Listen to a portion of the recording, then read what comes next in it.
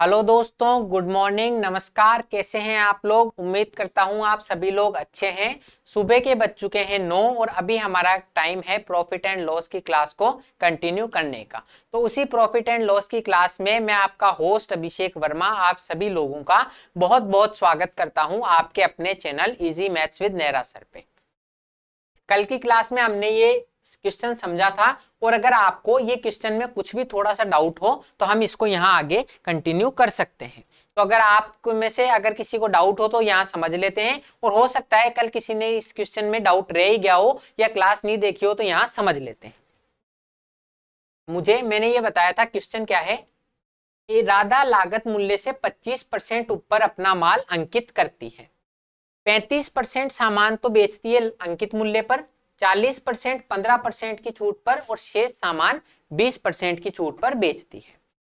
राधा लागत मूल्य से 25% ऊपर माल अंकित करती है, 35% तो अंकित मूल्य पर, 40% पे 15% की छूट और शेष सामान 20% की छूट पर बेचती है। तो उसका संपूर्ण लाभ क्या होगा? तो हमें टोटल वस्तुएं ऐसी माननी है जिसका 35% और 40% निकाला जा सके। 35% का मतलब 7/20 भाग। तो हम टोटल वस्तुएं मान लेंगे। टोटल हमने मान लिया 20 वस्तु, और परसेंटेज निकालनी है तो हर एक वस्तु का कॉस्ट प्राइस मान लेंगे 100 रुपए। ये हमने माना है क्योंकि परसेंटेज काउंट करनी है। तो यहां देखो क्या क्वेश्चन था कि वो 25% अधिक अपना माल को अंकित करती है, तो 100 रुपए की लाई है तो मार्क प्राइस हो जाएगा आपका 125। मार्क प्राइस हो जाएगा 125 रुपए। अब हम थोड़ा सा जल्दी जल्दी करेंगे क्योंकि कल हमने समझ लिया है पूरा। एक बार क्विक रिवीजन यहां कर रहे हैं। पहली कंडीशन में 35% सामान यानी 7/20 भाग, 20 में से 7 वस्तुओं को तो अंकित मूल्य पर ही बेच देती है। मतलब 7 वस्तुओं के लिए तो सेलिंग प्राइस 125 रुपए ही है। 7 वस्तुओं के लिए सेलिंग प्राइस 125 रुपए ही है। 100 की लाई थी एक वस्तु, 125 की बेची तो 25 रुपए कमा लिए एक वस्तु। 25 रुपए कितने पर कमा लिए? एक वस्तु पर। तो ये तो हो गया गुड्स कितनी है, और ये हो गया प्रॉफिट एक पर, और ये हो गया टोटल प्रॉफिट। लास्ट में हम काउंट कर लेंगे। दूसरी कंडीशन में क्या कहता है? 40% वस्तुएं यानी कि 2/5। 5 की वैल्यू 20 है सवाल में, तो 20 का 2/5 भाग यानी कि 8 वस्तुएं। इनमें से 8 वस्तुओं को ये 15% छूट पर बेचती है। 125 रुपए की लाई थी और 15% का इसने इसको माफ कर दिया। तो 125 का 15% निकाल दो या तो डायरेक्ट। 10% तो होगा 12.5। 10% तो होगा 12.5 और 5% 6.25 यानी कि 18.75 रुपए तो माफ कर देगी। 15% की छूट का मतलब यही है। आप ऐसे भी काउंट कर सकते हो कि 10% की छूट देती है तो 12.5 रुपए, 5% में 6.25 रुपए और, तो 18.75 रुपए माफ कर देगी। तो कितने में बेचेगी? 125 में से 18 रुपए कम करती तो आता है 107 रुपए की। 0.75 और कम कर दो तो 106.25 रुपए। 106 रुपए और 25 पैसे की बेचेगी क्योंकि 18.75 रुपए माफ करती है। तो यहां पर 100 रुपए की लाई थी और 106.25 रुपए की बेच रही है, तो हर वस्तु पर प्रॉफिट हो गया 6.25। अब तीसरा देखो। तीसरे में क्या है? शेष सामान 20% की छूट पर बेचती है। शेष सामान 20% की छूट पर बेचती है। 7 और 8 15 तो बेच दिया, यहाँ पर बचे हुए 5 सामान पे 20% की छूट देगी। 10% की छूट का मतलब 12.5 रुपए, तो 20% का मतलब 25 रुपए माफ कर देगी, तो 100 रुपए की बेचेगी। 100 रुपए की बेचेगी। 100 की लाई थी तो यहाँ कमाई कितनी करी इसने? 0 रुपए। अब हम प्रॉफिट इसका कंटिन्यू कर देंगे। हर वस्तु पर 25 रुपए, तो 7 वस्तुओं पर 175 रुपए तो यहां से कमा लेगी। हर वस्तु पर 6.25 रुपए, तो 8 वस्तुओं पर कितने? 6.25 इंटू 8 यानी कि 50 रुपए। तो इसने टोटल प्रॉफिट कितने का कमाया? 175 और 50 225। 175 और 50 225 रुपए का प्रॉफिट कमाया 20 वस्तुओं पर। 20 वस्तुओं पर कमाया तो एक वस्तुओं पर प्रॉफिट परसेंटेज कितना हो जाएगा? 225/20। यानी कि 11.25। अब आप बोलोगे ये परसेंटेज में कैसे आया? मैं यूं कह रहा हूं 20 वस्तुओं पर 225 रुपए कमाए तो एक वस्तुओं पर 11.25 रुपए कमाए होंगे। मान लो प्रॉफिट पर गुड, एक वस्तु पर 11.25 रुपए कमाए होंगे इसने। अब परसेंटेज कैसे निकालेंगे कि परसेंटेज होता है 100 रुपए अगर सीपी है तो उस पर कितना लाभ है। तो 100 रुपए इसका सीपी है, लाभ कितना है? 11.25। जब आपका कॉस्ट प्राइस 100 रुपए हो तो जितना आपका प्रॉफिट होता है वही प्रॉफिट परसेंटेज हो जाता है। प्रॉफिट परसेंटेज का मतलब यही है, परसेंटेज परसेंट यानी कि 100 पर कितना। तो 100 रुपए पर 11.25 रुपए का लाभ कमा रहा है तो 11.25% इसका आंसर हो जाएगा। ये हमने इसको यहां पर एक क्विक रिवीजन कर लिया। अब हम नेक्स्ट क्वेश्चन पे बढ़ते हैं। If selling price of a book is 11/2 times to the discount offered, कि किसी भी वस्तु का सेलिंग प्राइस एसपी जो है जितना उसको डिस्काउंट दिया उसका 11/2 भाग गुना है। मतलब अगर इसको 2 का डिस्काउंट दिया तो इसका सेलिंग प्राइस हो जाएगा 11/2 गुना 11 रुपए। अगर 4 रुपए का डिस्काउंट दिया तो इसका सेलिंग प्राइस 11/2 यानी कि 22 रुपए हो जाएगा। ये इस सवाल में कह रहा है। नेक्स्ट क्या है? And discount percent is the equal to the profit percent, कि जितना डिस्काउंट परसेंट है उतना ही प्रॉफिट परसेंटेज है। It is given that discount is 240, find the CP of the book, कि हमें दिया हुआ है कि डिस्काउंट तो 240 रुपए का है तो हमें कॉस्ट प्राइस बताना है। क्या कह रहा है? यदि एक किताब का विक्रय मूल्य छूट का 11/2 गुना है, 11/2 गुना है तो छूट परसेंट और लाभ परसेंट बराबर है। यदि छूट 240 रुपए की है तो किताब का क्रय मूल्य ज्ञात कीजिए। अब हम देख लेंगे, हम यहां बात करेंगे एमपी, एसपी और सीपी, क्योंकि मार्क प्राइस पे डिस्काउंट दिया जाएगा और कॉस्ट प्राइस पे प्रॉफिट और लॉस कंटिन्यू होगा, काउंट होगा। इसका मतलब ये कह रहा है कि 11/2 गुना है, मतलब मैं छूट अगर 2 मानूंगा तो मेरा एसपी 11 आ जाएगा, और अगर मैं छूट 4 मानूंगा तो एसपी 22 आ जाएगा। लेकिन मुझे तो ऐसी वैल्यू माननी है जिससे मेरी कैलकुलेशन इजी हो, तो हमने let discount is equal to 2। हमने ये मान लिया डिस्काउंट अगर 2 का ही हो तो इसका मतलब मेरा एसपी आ गया 11। एसपी कितना आ गया? 11, कि डिस्काउंट अगर 2 का है तो विक्रय मूल्य 11/2 गुना हो जाएगा। तो 2 का डिस्काउंट दिया है तो 11 रुपए बचे तो सीपी कितना हो जाएगा? 13। ये चीज आई है नहीं आई समझ में, कि मैंने अगर 2 की छूट दी तो मेरा एसपी 11 है, यानी कि 2 की छूट देने के बाद एसपी 11 बचा तो मार्क प्राइस कितना हो जाएगा? 13 रुपए, कि 13 पर मैंने 2 रुपए तो माफ कर दिए और मेरा एसपी बचा 11 रुपए। अब नेक्स्ट बढ़ते हैं कि छूट परसेंटेज और प्रॉफिट परसेंटेज बराबर है। डिस्काउंट का परसेंटेज और प्रॉफिट का परसेंटेज बराबर है। डिस्काउंट का परसेंटेज और प्रॉफिट का परसेंटेज बराबर है। ये चीज आई या नहीं आई समझ में? डिस्काउंट परसेंटेज कैसे निकालते हैं? Discount upon mark price into 100, discount upon mark price into 100, कि जितना आपने डिस्काउंट दिया वो बराबर है आपके मार्क प्राइस के। आप एक चीज बताओ, अगर 2 परसेंटेज बराबर है तो उनकी फ्रैक्शन वैल्यू भी बराबर होगी या नहीं? यहां हम समझे कि 2 परसेंटेज बराबर है यानी कि 20% बराबर है 20%, 20% बराबर है 20% के, तो इनकी फ्रैक्शन वैल्यू भी बराबर होगी 2/5 बराबर होगा 2/5। या एक और तरीके से अगर हम 20% की तो 1/5 होती है, 1/5 होगी 1/5 की। जैसे मैं आपको एक उदाहरण दूं कि एक वस्तु है उस पर 20% का ही तो हम डिस्काउंट देते हैं और 20% का ही लाभ होता है। 20% का डिस्काउंट देते हैं और 20% का ही लाभ होता है। इसका मतलब 100 रुपए की अगर वस्तु लाया, 100 रुपए की वस्तु लाया तो 20% का लाभ होगा, तो वो बेचेगा कितना? 120 रुपए। अब इस पर 20% की ही डिस्काउंट दिया है इसने, 20% का डिस्काउंट दिया यानी 5 की लाया तो 4 की बेचा। यही तो होगा, 4 की वैल्यू 120 है तो 5 की वैल्यू होगी 150। इससे मैं क्या समझाना चाह रहा हूं कि आप यहां पर देखो, दोनों में मैंने प्रॉफिट भी आपके कमाया है 20% का और आपके डिस्काउंट भी दिया है 20%।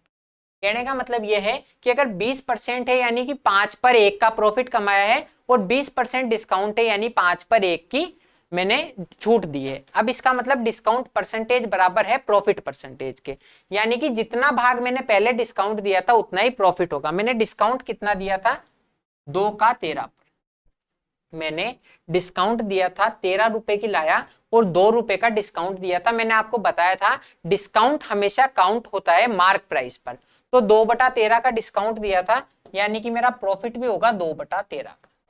प्रॉफिट भी कितना होगा दोस्तों, 2/13 का। तो बस आप निकाल दो कि 13 रुपए पर 2 का प्रॉफिट होगा, यानी कि अगर 13 रुपए की मैं वस्तु लाया तो 2 का प्रॉफिट होकर ये 15 की पड़ेगी। ये चीज आई है नहीं आई समझ में, एक बार कमेंट में यस और नो आप मुझे लिखकर बता दीजिए कि आपको क्या कह रहे हैं। मैंने यूं माना कि डिस्काउंट में कुछ भी मानूं, मैंने 2 रुपए मान लिया तो सेलिंग प्राइस आ गया 11, तो 13 रुपए की मैं लाया था और 2 का डिस्काउंट देकर 11 की बेच दिया। अब 2/13 भाग का मैंने डिस्काउंट दिया है तो इसका मतलब मुझे प्रॉफिट भी 2/13 भाग का ही होगा, कि अगर मैं 13 रुपए की वस्तु लाया तो 2 का प्रॉफिट होकर 15 हो जाएगा। अब ये भी सेलिंग प्राइस की वैल्यू है 11 और सेलिंग प्राइस की वैल्यू ये भी 15 है, तो हम इसको गुणा कर देंगे, ये हो जाएगी 11 × 15। यहां समझो, जब ये दोनों वैल्यूज को मुझे बराबर करना है तो बराबर कैसे होगी, इसको अगर मैं 15 से गुणा कर दूं तो ये 11/15 हो जाएगी। ये रेशो में चल रही है चीजें, तो ये भी 15 से गुणा होगा, ये भी 15 से गुणा होगा, और ये अगर 11 से गुणा हुआ है तो ये भी 11 से गुणा होगा। यहां पर हम मार्क प्राइस और सेलिंग प्राइस का रेशो हमने निकाला 13:11 और ये 13:15 है। इन दोनों मानों को बराबर करना है तो ये तो होगी मेरी 165।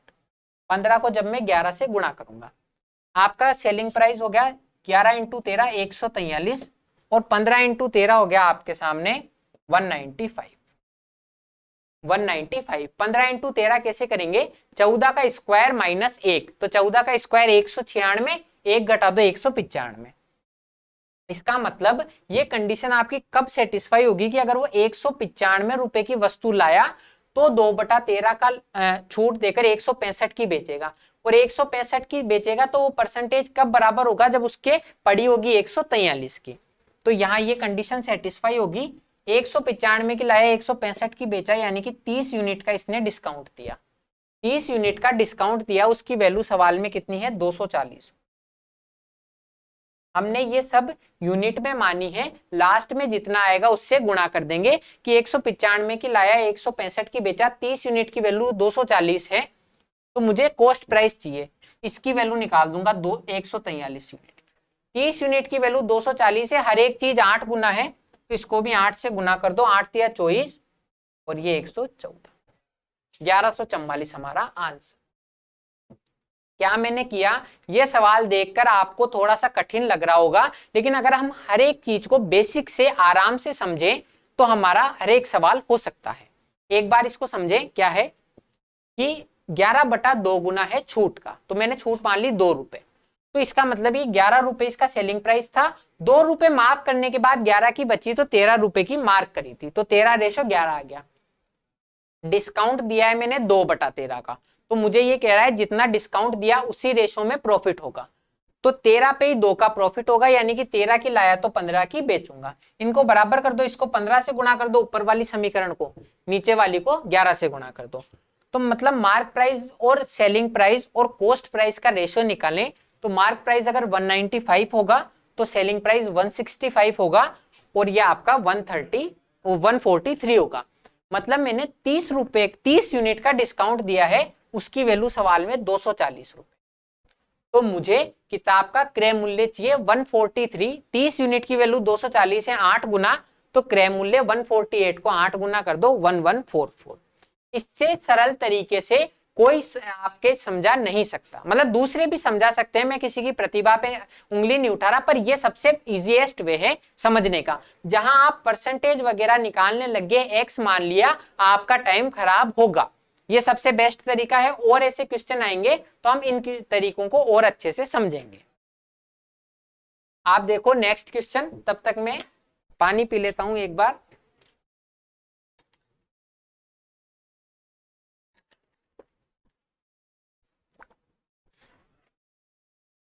Mark price of an item is 300 on purchase of 2 item discount is 24%। कि एक वस्तु है उसकी कीमत 300 रुपए है मार्क प्राइस, 2 वस्तुएं खरीदने पर 24% का डिस्काउंट मिलता है। On purchase of 5 item discount is 38%। और अगर 5 वस्तुएं खरीदें तो हमें 38% का डिस्काउंट मिलता है। रचना बाई 7 आइटम, रचना ने 7 वस्तुएं खरीदी, what is the effective discount, तो उससे कितना इफेक्टिव डिस्काउंट बन सकता है। अब इसको 2 तरीके हैं, या तो आप इस मार्क प्राइस 300 को लेकर चालू हो जाओ और 300 से इसके सेलिंग प्राइस निकालो और फिर डिस्काउंट काउंट करो, या आप दूसरी चीज देखो कि मुझे यहां पर परसेंटेज में डिस्काउंट दिया है, यहां पर भी परसेंटेज में दिया है और मुझे फाइनली पूछा भी परसेंटेज में है, तो मैं क्यों परसेंटेज को काउंट ओरिजिनल वैल्यू को काउंट करूं जब मुझे परसेंटेज में ही आंसर निकालना है। तो आप चाहो तो डायरेक्ट परसेंटेज में भी आंसर कर सकते हो। कैसे? इसके 2 तरीके हैं, पहले बेसिक फिर हम समझेंगे एलिगेशन से भी हो जाएगा। कैसे? ये 2 वस्तुओं पर तो 24% का डिस्काउंट मिला, 2 वस्तुएं खरीदी, उनमें से हर एक पर कितना मिला? 24%, प्लस 5 वस्तुएं खरीदी, हर एक पर मिला 38% का डिस्काउंट। तो मुझे बताओ 2 वस्तुओं पर हर एक पर 24%, 5 वस्तुओं पर हर एक पर 38%, तो इसको ये टोटल डिस्काउंट मिला। ये टोटल डिस्काउंट मिला कि 2 पर तो 24%, 5 पर 38%। मुझे तो चाहिए नेट डिस्काउंट कि एक वस्तुओं की कीमत पर कितना फर्क पड़ा। 7 वस्तुओं पर ये डिस्काउंट मिला इसको, तो 1 पर कितना मिलेगा? इसमें 7 का भाग दे दो इस पर। ये जो आपका 2 इंटू 24 है प्लस 5 इंटू 38 है, ये टोटल 7 पर मिला, तो ओवरऑल डिस्काउंट क्या हो गया? इसमें 7 का भाग दे दो, तो ये हो गया 48, 24 दूनी 48 और 38 पंजे 190 बटा 7, तो ये हो गया 238/7। 7 से काट दो इसको, 7 दिया 21, 7 चौक 28, 34% आपका आंसर आ जाए। बिल्कुल इसी आसानी से आपको करना है कि 238 आ गया, 238 में जब आप 7 का भाग दोगे तो आएगा 34%। ये तरीका है, लेकिन हम इस तरीके से भी एडवांस एक तरीके से कर सकते हैं कि जब मुझे 2 का इंडिविजुअल दिया हुआ है, 2 का इंडिविजुअल डिस्काउंट दिया हुआ है, 5 का इंडिविजुअल डिस्काउंट दिया हुआ है और ओवरऑल 7 का डिस्काउंट पूछ रहा है, तो हमने एलिगेशन के तरीकों में यही सवाल करे थे और इसको एलिगेशन से भी किया जा सकता है कि 24% का डिस्काउंट तो मिला 2 वस्तुओं पर, 38% का डिस्काउंट मिला 5 वस्तुओं, तो ओवरऑल कितना फर्क पड़ेगा? ओवरऑल कितना फर्क पड़ेगा? तो मैंने आपको बताया था जब हमने एलिगेशन पढ़ा, जब कि इन दोनों के बीच का जो डिफरेंस होता है, इन दोनों के बीच का डिफरेंस 24 और 38 के बीच का डिफरेंस कितना है? 14। तो ये 14 इनमें बढ़ता है, तो टोटल 7 यूनिट की वैल्यू 14 है। कि इन दोनों के बीच का डिफरेंस, क्योंकि 2 और 5 तो रेशो की वैल्यू है, हमें नहीं पता ओरिजिनली वैल्यू क्या है, हमें नहीं पता ओरिजिनली वैल्यू क्या है, तो 2 और 5 तो रेशो की वैल्यू है और यहां पर घटाने के लिए तो ओरिजिनल वैल्यू चाहिए, तो ये 14 बचेगा, ये 14 जो है बटेगा 2 और 5 में। 7 यूनिट की वैल्यू 14 है, तो इस 2 की वैल्यू तो होगी 4 और इस 5 की वैल्यू होगी 10, मतलब 4:10। 4:10 लिखो चाहे 2:5 लिखो, बात एक ही है। तो अब इसमें क्या करेंगे, या तो छोटी संख्या में जोड़ दो तो आएगा 34%, या बड़ी संख्या में से 4 घटा दो तो भी आएगा 34। तो ओवरऑल आपके डिस्काउंट कितने का पड़ेगा? 34%। सबसे बेस्ट यहाँ पर एलिगेशन रहेगा, यहाँ आपको कैलकुलेट करना पड़ेगा। इससे अच्छा है कि 14 यूनिट बटेगा 7 में, तो 2 की वैल्यू तो होगी 4 और 5 की वैल्यू होगी 10। चाहे 24 में 10 जोड़ दो तो भी 34, चाहे 38 में से 4 घटा दो तो भी 34। ये हमने एलिगेशन में पढ़ा है, इसलिए हम इसको यहाँ कंटिन्यू कर रहे हैं। अब नेक्स्ट क्वेश्चन पे आते हैं। Aditya purchase a basketball whose mark price is 1200 rupees. कि आदित्य एक कोई खिलाड़ी है, वो एक बास्केटबॉल खरीदता है जिसका मार्क प्राइस है 1200 रुपए एट अ डिस्काउंट ऑफ 15%। उसको 15% का डिस्काउंट मिलता है and gives a cricket ball worth 65 free with each basketball. कि दुकानदार जो है उसको 15% का तो डिस्काउंट देता है 1200 रुपए पर, और 65 रुपए की एक जो है छोटी बॉल भी खेलने की क्रिकेट बॉल फ्री दे देता है। Even then the seller makes a profit of 25%। इन सब के बाद भी सेलर जो है 25% का लाभ कमाता है, तो हमें कॉस्ट प्राइस बताना है बास्केटबॉल का। कि आदित्य एक बास्केटबॉल 1200 रुपए में खरीदता है, उस पर 15% की तो छूट दे दी उसने, और एक क्रिकेट बॉल 65 रुपए की फ्री दे दी। इसके बाद भी उसको 25% का लाभ होता है, तो बास्केटबॉल का क्रय मूल्य ज्ञात कीजिए। तो बिल्कुल आसान है, हम देख लेते हैं। बास्केटबॉल का मार्क प्राइस है 1200 रुपए। बास्केटबॉल का मार्क प्राइस है 1200 रुपए, तो इस पे 15% की तो छूट ही दे दी इसने, तो सेलिंग प्राइस क्या होगा? 15% की छूट दे दी, 15% यानी कि 3/20 की, 20 पर 3 रुपए की तो छूट दे दी, तो 17/20 इससे लेगा, 17/20 इससे लेगा। तो यह आपके कितना हो गया? 1020। कि आप इसका डायरेक्ट 15% भी निकाल सकते हो कि आपने 180 रुपए की छूट मिल गई। कैसे? 10% तो होगा 120 1200 का, और 5% 60 रुपए और जोड़ दो 180, या फिर आप इसको 20 से काट दो 60 बार, और 17 को 60 से गुना कर दो, 1020 आंसर आ जाएगा। अब आप देखो इसने क्या किया, 1200 रुपए की इसकी बास्केटबॉल की कीमत थी, 15% यानी 180 रुपए माफ कर दिए, तो बची 1020 रुपए की। इसने 65% की क्रिकेट बॉल दे दी। क्रिकेट बॉल जो दी वो भी तो डिस्काउंट ही है, क्रिकेट बॉल फ्री दे दी वो भी तो डिस्काउंट ही है, तो इसका ओरिजिनल सीपी कितना पड़ा? Original SP. ये आपने क्या किया, 180 रुपए तो माफ किए दोस्तों, इसके 180 रुपए तो माफ किए पहले, तो वो 180 रुपए घटा के कीमत बची 1020। उन 1020 में 65 रुपए किसके थे? उस बॉल के। 1020 में 65 रुपए कीमत की एक क्रिकेट बॉल भी तो थी, तो इसकी सेलिंग प्राइस क्या हुई? 65 घटा दो इसमें से 955। कि 1200 रुपए में 15% का डिस्काउंट दे दिया, तो 180 रुपए तो वो कम कर दो। इन 1020 रुपए में 65 रुपए उस बॉल के भी थे, क्योंकि दुकानदार अपनी जेब से कुछ भी नहीं देता, उसने 65 रुपए पहले ही ऐड कर रखे होंगे, तो 65 रुपए वो बॉल वाले घटा दो, तो 955 रुपए की बची।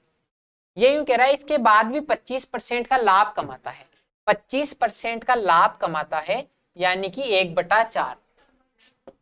25% का मतलब होता है 1/4। कि अगर 4 रुपए की लाया था बास्केटबॉल, तो 1 रुपए का लाभ कमाकर 5 रुपए की बेचता है। 4 रुपए की लाया था, तो 1 रुपए का लाभ कमाकर 5 रुपए की बेचता है। इस 5 की वैल्यू 955 है सर, 5 की वैल्यू 955 है, तो हमें कॉस्ट प्राइस 4 की वैल्यू चाहिए। तो देखो 5 से 5 को कितने गुना किया है हमने, 5 का भाग दे लो, 19 5 95 और 1, यानी कि 191। आप ऐसे भी फाइंड कर सकते हो, 5 की वैल्यू है 955, 5 की वैल्यू 955 है, यानी कि हर एक चीज 191 गुना है, तो 4 की वैल्यू 4 इंटू 191 कर देंगे 764, 764 आपका आंसर आ जाएगा।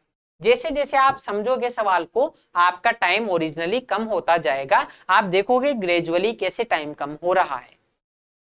आप इसको एक्स वाई मानते बहुत समस्या होती है। आप देखो डायरेक्ट कि 1200 रुपए इसका प्राइस है, हमने 15% माफ किया, तो 180 रुपए तो वहां से माफ कर दिए, तो 1020 रुपए की हुई।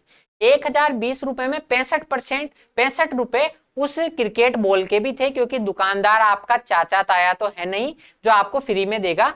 65 रुपए उसके थे, तो 955 रुपए ओरिजिनली बास्केटबॉल के लिए 25% का लाभ कमाकर। 5 की वैल्यू 955 है, तो सेलिंग प्राइस 4 की वैल्यू हो जाएगी 764। यह आपका answer. Next question,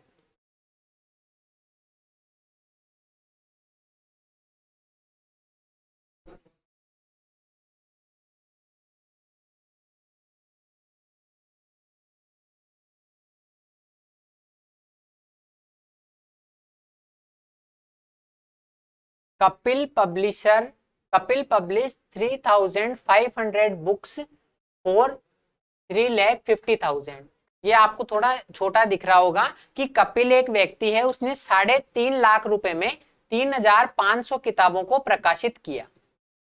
He gives 500 books free to some book shops। तो उसमें से 500 किताबें, उसने 500 किताबें तो फ्री दे दी दुकानदारों को ताकि उसका प्रमोशन हो जाए। ये जरूरी भी है बिजनेस में। He also allowed a discount of 25% on the mark price। और अगर इसने मार्क प्राइस पे 25% की छूट भी देता है इसके अलावा। And give 1 book free for every purchase of 29 books. कि 29 बुक्स के जब भी देता है तो उनमें से एक बुक फ्री भी देता है। Find the amount of profit और loss if the mark price of each book is 160। इसने क्या किया कि 3.5 लाख रुपए में, कपिल एक व्यक्ति है, 3.5 लाख रुपए में 3,500 किताबें प्रकाशित करवाई। उनमें से 500 किताबें तो फ्री दे दी इसने और मार्क प्राइस पे 25% की छूट देता है। और हर 29 किताबें खरीदने पर एक किताब फ्री भी दे देता है। किसी बुक स्टोर वाले ने 29 किताबें खरीदी तो उसको 30 किताबें दे देता है। तो लाभ हानि क्या होगा? यदि एक पुस्तक का अंकित मूल्य 160 रुपए है, एक पुस्तक का अंकित मूल्य 160 रुपए है, तो बिल्कुल आसानी से कर देंगे। आप देखो 3,500 किताबें इसने खरीदी है, बनवाई है।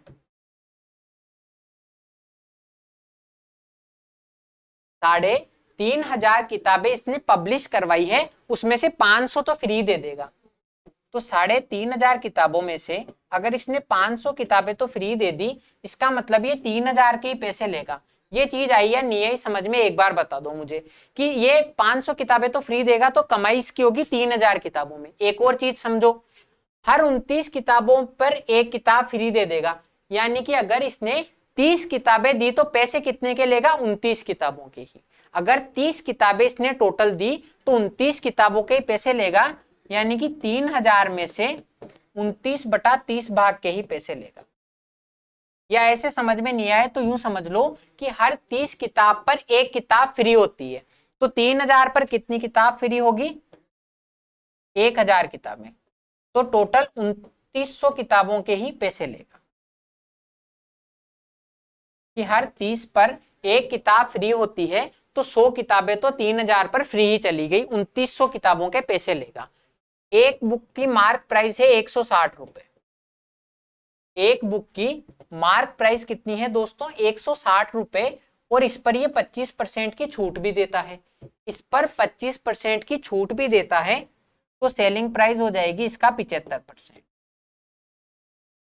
या तो ऐसे निकाल लो, या 25% यानी कि 160 पर 40 रुपए तो माफ कर देगा, 120 रुपए की बेचेगा।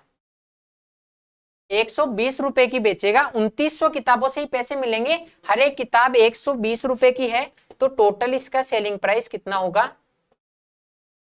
2,900 किताबें, हर एक किताब 120 रुपए की, 12 नाम 108 और ये 3, मतलब इसको 2,900 किताबें, हर एक किताब 120 रुपए की बेचने पर 3,48,000 रुपए इसके ओवरऑल इनकम होगी। लगाए कितने थे दोस्तों? 3.5 लाख। 3.5 लाख इसने इन्वेस्ट किए थे, तो इसके लॉस कितने का हो गया?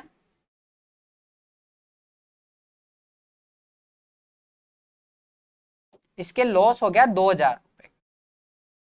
यही आपसे इस सवाल में पूछा था। अगर आपने पहले इसको XY मान लिया और कर लिया तो आपके आंसर नहीं आएगा। 2,000 का लॉस। आ गया समझ में क्या किया हमने? देखो आप बिल्कुल जो सवाल कह रहा है वो हम करेंगे। 3,500 किताबें खरीदी, उसमें से 500 तो फ्री दे दी, तो पैसा कितने से आएगा? 3,000 से। लेकिन 3,000 से भी नहीं आएगा, हर 30 पर एक किताब फ्री देता है, 29 के साथ एक फ्री दे दी, तो टोटल अगर 30 किताबें दी इसने तो उसमें से एक किताब फ्री थी, तो 3,000 किताबें दी अगर इसने तो 100 किताबें फ्री थी, 2,900 किताबों से पैसे मिले। एक किताब 160 रुपए मार्क प्राइस की थी, 40 रुपए माफ करके 120 रुपए की बेचेगा। 120 रुपए की एक किताब है, 2,900 किताबें होंगी 3,48,000 की। टोटल इन्वेस्ट किए थे इसने 3.5 लाख, तो 2,000 रुपए का नुकसान हो गया। यही आपके बिजनेस में है, आपको इसी तरीके से अपना प्रॉफिट एंड लॉस कंटिन्यू करना है, काउंट करना है, तब तो आपका बिजनेस चल जाएगा, वरना ये नहीं चलेगा। तो उम्मीद करता हूँ ये आपको पसंद आया होगा और आज की क्लास का हमारा टाइम भी कंप्लीट हो गया है। अब मैं मिलूंगा आपसे नेक्स्ट क्लास में। तब तक के लिए आपको क्या करना है, इन क्वेश्चंस को रिवाइज करना है और अगर वीडियो पसंद आ रही है तो लाइक कीजिए और चैनल को सब्सक्राइब कीजिए। थैंक यू, जय हिंद।